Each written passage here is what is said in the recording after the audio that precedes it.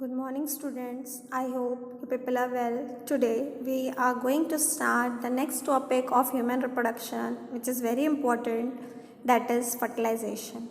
As you people are knowing, the fusion of sperm and ova is known as your fertilization.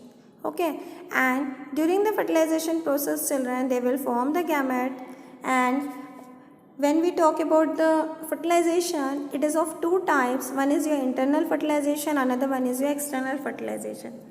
Internal fertilization is going to be carried out within the body of the female, while the external fertilization, it will be carried out generally in an open water, and it may occur in your amphibians and some other animals. Internal fertilization is generally going to occur in viviparous animals, that is, they are going to give birth to the young ones. While the external fertilization is going to occur in oviparous animals, that is, they are going to lay egg. This one is basically present in reptiles and birds too. Site of fertilization. Especially we are learning about the human reproduction, so we will see the viviparous mammals, and in viviparous mammals during the copulation what happens, the male reproductive organ, that is the penis, is going to discharge the semen, and that phenomena is known as your insemination. As you can see the figure, children, the spherical shape or the oval shape structure is your ova. Inside the ova, how the male reproductive organ, that is the sperm, is going to try to migrate inside the layer of that ova. During the migration, first the acrosome is going to come in contact with the ova, and by the enzyme secretion, that is hydroluronidase, that is going to present, and by the help of that enzyme the particular egg membrane is going to be dissolved, and the head portion, that is the acrosome, is going to be enter inside the ova, and it will fuse with the ova to form the gamete. During the process of fertilization, children, it carries three steps. The first step, that is the penetration of sperm into the ova.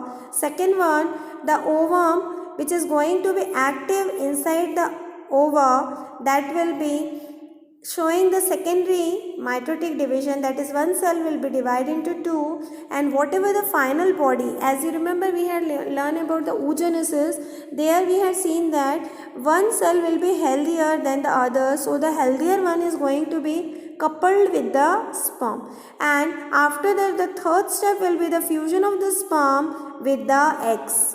And what happens, children? At that time only it will form your zygote. Okay, children? Here you can see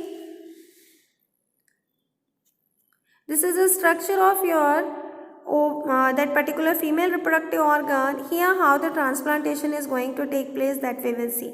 The first step, that fertilization, just now I had taught you, spherical shaped cell, that oval shaped cells is your ova, and you can see one small swelling is there and one wavy like lines are there, that will be your male reproductive organ that are trying to migrate. Then after that the zygote is going to form, that is one cell will divide into four. Then the fusion of the zygote will take place, it will divide into multiple number. Then implantation will be take place. That implantation, you can see, children, this wavy line is there. Near the wavy line you can see this small circular structure is there with a dot. By the process it will be implanted. Okay, children, this is the complete phenomena of your fertilization with implantation. Here that same process will be carried out in a detail. As you can see, this is your fallopian tube. Inside the fallopian tube, at different layers, at different times, the process will be carried out. See here, children, the attachment of penetration, 4th day, 7th day, 8th day, 3rd day, then here 2nd day. From here you can see, children, first day, that particular sperm is going to be bombarded with the ova, and it will be enter inside that. It will fuse with polar body. Then first cleavage will take place. Then blastomere is going to form. Then After third day, it will form morula-like structure. After the fourth day, and so on, this process will be carried out. And at last, in the walls of uterus, the phenomena will be carried out. That will be your implantation. This all complete formation of various layers of the embryonic development that we will see further in detail. Okay, children. Significance of fertilization. What is the main motive of fertilization? The first one, resortation of the diploid or the number of the chromosomes. Second one, it will be responsible for the sex determination. Third one, it is showing the meiotic division, and by the help of that, cleavage is going to be occur. Then children, embryonic development. During the embryonic development, children, the fertilized egg is going to be activated and it will form the new individual by the combination of your sperm. So children, 10 weeks old zygote will form the embryo. After that, what the time duration is there, that will be embryonic development. After 10 weeks, this embryo inside the uterus, it will form the fetus, and after that it will form the infant. Okay children, then this particular fertilization will be carried out, and after that this particular fetus will go for the prenatal development. That phenomena is known as prenatal, and the child after birth, that is from 0 to 1 year, will be known as your infant. Okay children, how the process will be carried out, that is your cleavage of segmentation that we will see. During this process, the first division, that is after zygote formation, it will start doing the cleavage, that will be known as your holoblastic cleavage. Okay children, and it will go for the imaginary line between the animal pole and vegetal pole. Then after that it will go for the second division, that will be known as your blastomere. Then further it will going on dividing, that is one cell will divide into two. Then a time will come that cell will going on dividing and it will form 12 to 16 cells, and that will be known as your morula. It will be a solid ball like structure, as I will show you the figure also. Okay children, this one, the F1 is your morula. Then after that what happens children, this particular will form your blastula, and this blastula is going to be implanted in the endometric layer. Okay, and what happens, the particular female will be pregnant. Okay children, then see children, the formation of blasto or blastula. As you can see again here, the polar bodies are there, the zone of Placidia is there. Then first cleavage will be there, then after that it will divide, it will form 2 to 4, 4 to 8, 8 to 16, and so on. Then after that, figure number G to H is your blastula. That we will study what is blastula. Inside the blastula, when the cell will divide, one hollow cavity will form, that will be known as your blastocell. Okay, then at the top you can see trophoblast cells are there, and at the top you will have the inner cell mass. This inner cell mass is also known as your particular blastomere cells. Okay children, then zone of Placidia, then albuminous layer will be there, that will provide the nourishment to the fetus for the further growth purpose. After that children, we will see the 3 germ layers are going to form, as you can see here. This particular blastocyst is only responsible, or the embryoblast is only responsible for the formation of the endoderm layer. You people had studied in your junior classes, 3 types of layer is there. The external layer, that skin which is visible, is known as your ectoderm. Then as you can see inside your chick, the innermost smooth layer is there, that will be your mesoderm. That will be your endoderm, and between that two we will have one mesodermal layer that will be present in your digestive tract, because all the organs inside our body is in hanging condition. Okay, one after the other they are attached with each other by a thin membrane.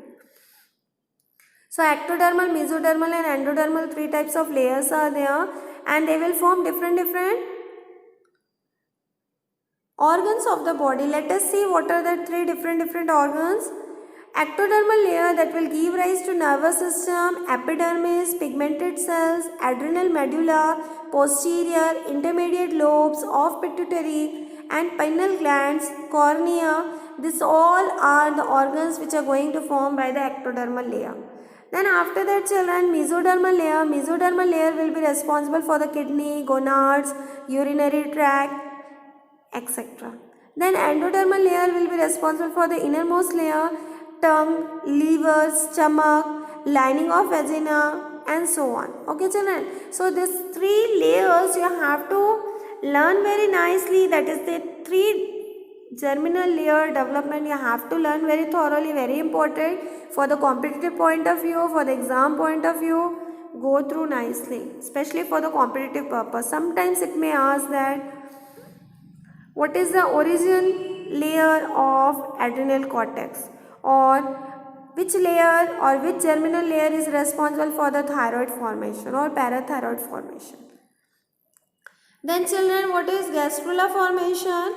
After the 5th week, these three layers had been formed within the 5th week.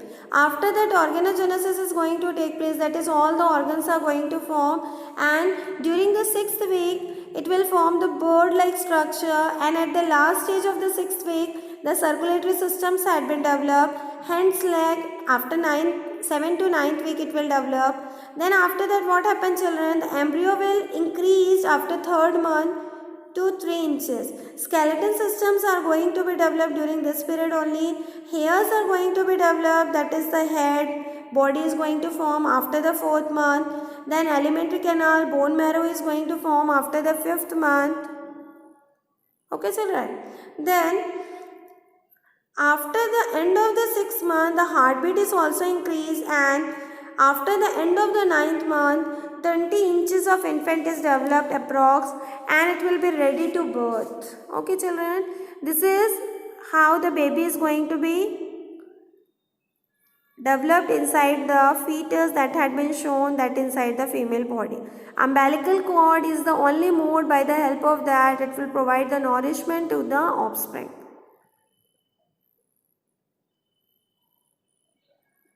Okay children, here one important thing, that is amniotic fluid is basically responsible for the development of the complete offspring.